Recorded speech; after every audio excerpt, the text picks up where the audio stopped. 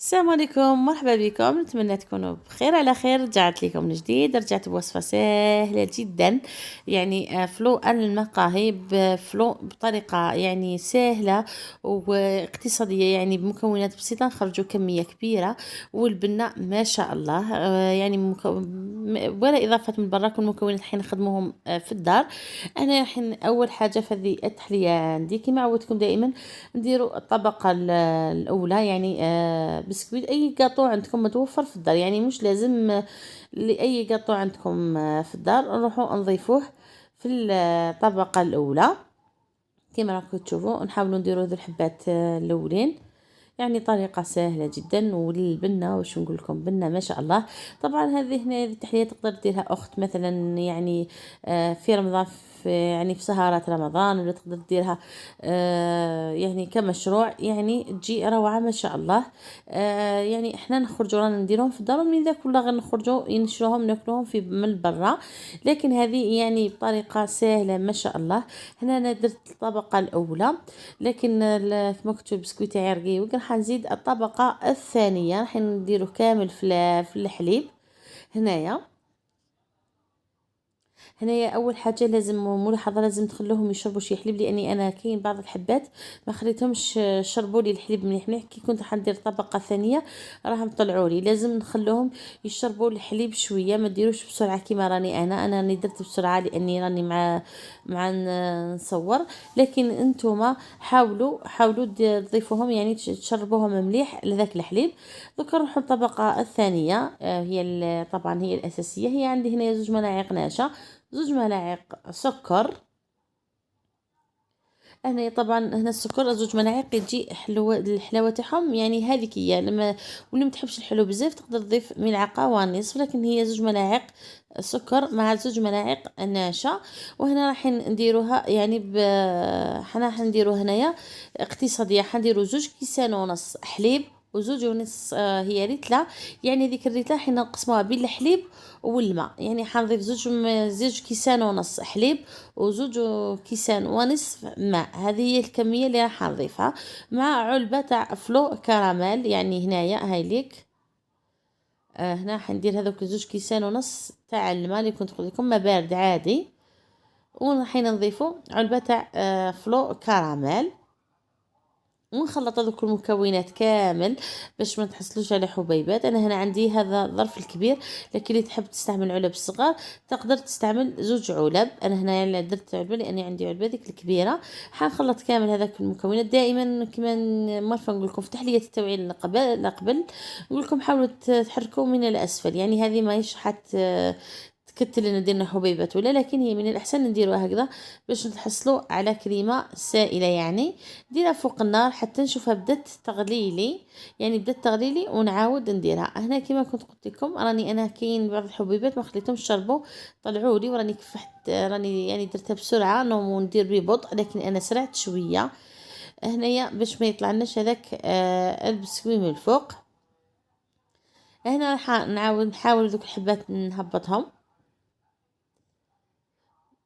هايليك حاولوا تشربوا هذاك البسكويت تاعكم، تشربوه مليح مليح تشربوه مليح مليح بالحليب باش ما يطلعلناش كي نفرغوا ديك الكريمه.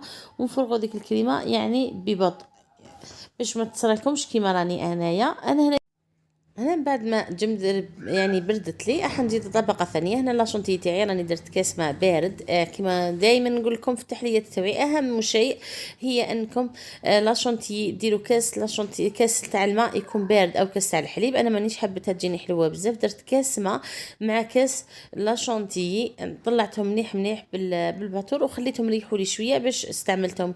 يعني غير درتها في الثلاجه في ذاك الوقت انا طلعتها خليتها حتى برد لي. ذيك الطبقة الأولى تمسكت لي، وراح نزيد الطبقة الثانية. يعني هنا طبعا الأخت اللي ما عندهاش لاشونتيي تقدر تستغنى على هذه لاشونتيي، تقدر ما تضيفهاش، لكن هي تزيد يعني في البنة. هنا زدت هذيك الشونتيي كامل نوزعها كامل في البلا تاعي. هذيك لاشونتيي صراحة جات روعة. كما كنت قلت لكم أهم شيء الماء يكون بارد. هنا راح نزيد نخليها تريح لي وندير الكروفاج. هنا طبعا الأخت اللي تحب ما تشريش كروفاج الكروفاج تاعها من برا.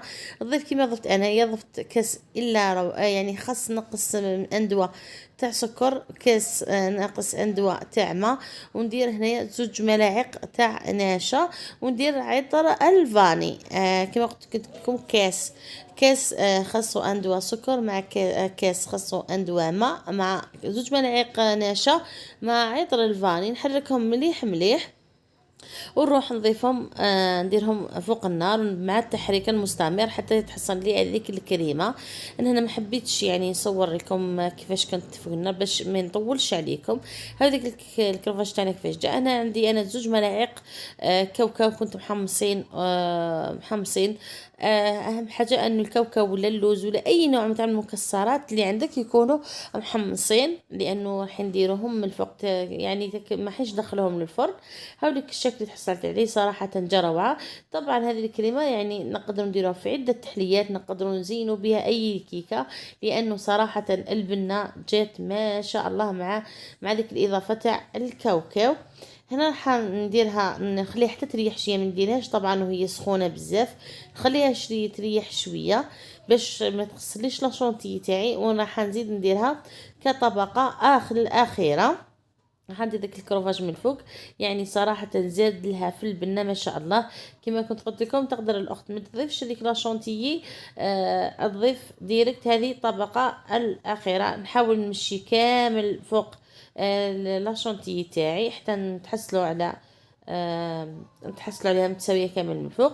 طبعا نحب نشكر بزاف مشتركاتي جدا، نقول لكم مرحبا بكم القناه قناتكم كما دائما نقول لكم، ونقدم نقول لكم دومتم اوفياء ان شاء الله. دائما نقدم لكم تحليات سهلين وجدد. واللي راهي معايا اول مره نقول لك ما تنسيش تابوني عندي باش دائما يوصلك الجديد. دائما ان شاء الله نقدم لكم التحليات السهله والبسيطه، ان شاء الله تفرحوا بهم اولادكم ولعائلتكم في هذا رمضان، يدخل عليكم بالصحه والهنا ان شاء الله، يتعدى علينا وعليكم ربي ان شاء الله يتقبل منا. هنا انا حنكمل نزينها كامل. هنا طبعا نخلوها بعد ما نكملوها، كاين اللي تحب تخليها تزيد تريح ولا حتى تريح مليح، ولا تقدري تقدميها لانه طبقات الثانيين اللي راهم باردين. هنا راح نكمل نخدمها كامل. هاي اللي بعد ما زينتها صراحه جات روعه ما شاء الله. انا يعني طبعا تقطع كل اخت كيفاش تحب تقطعها، اللي تحب تقطعها طرونشات ديرها طرونشات، لا تحب ديرها يعني مربعات كيما راني ضفتها انايا، لكم الاختيار. المهم كما دائما نقول لكم المهم تدوا الفكره، تدوا المقادير هي اهم شيء، انه المقادير يعني تكون مضمونه وتكون النتيجه روعه. هي صراحه جت البنه ما شاء الله ما شاء الله. نتمنى تجربوها. طبعا اللي جربتها ما تنسينيش بتعليقات، لانه تعليقاتكم يساعدوني ويشرفوني. هذيك كيفاش انا هنا قطعتها، لكم الاختيار، كل اخت كيفاش تحب تقدمها. انا هنا يعني قطعتها بشكل عشوائي. هذه كيفاش جاتني صراحه جت ما شاء الله ما شاء الله. نتمنى تكون عجبتكم الوصفه تاعنا اليوم. ان شاء الله نتلاقاو في فيديو قادم مع تحليات او كيكات او وصفات واحده اخرين ان شاء الله. دائما نقدم لكم حاجه جديده والبناء طبعا. دمتم اوفياء، الى فيديو قادم ان شاء الله، والسلام عليكم ورحمه الله تعالى وبركاته. باي باي.